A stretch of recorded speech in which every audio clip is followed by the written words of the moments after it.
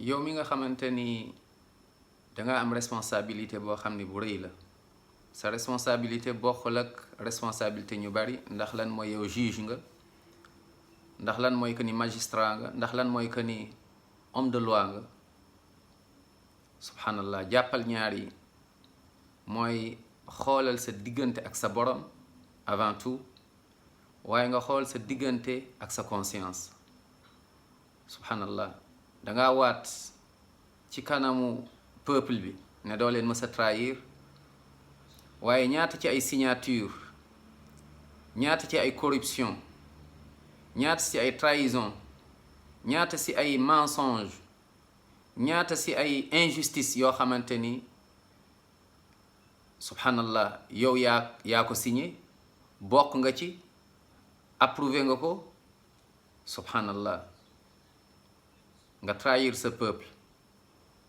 Que diras-tu devant le grand juge subhanahu wa ta'ala? Que diras-tu devant le juge suprême yawm al-qiyama ci kanam borom bi subhanahu wa ta'ala? Est-ce que yaa ngi fàttaliku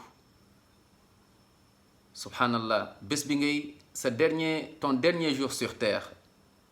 Allahu akbar, mooy sa jour bu mujj ci kaw suuf. Est-ce que tu y penses?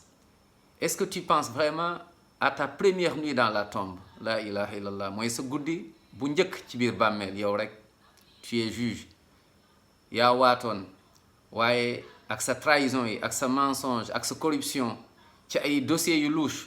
Est-ce que yaa ngi fàttaliku bàmmeel yow rek sa biir bàmmeel? Allahu akbar, subhanallah.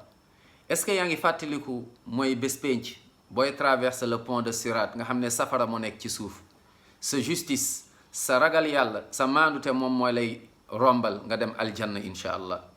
Sa corruption, sa mensonge, sa trahison, li nga trahir sa peuple subhanallah, trahir sa conscience subhanallah, loolu moom moo lay waddal nga daal di daanu biir safara. Mbaa yaa ngi ciy xalaat yow mi nga xamante ni tu es un homme de loi, tu es un juge, tu es un magistrat.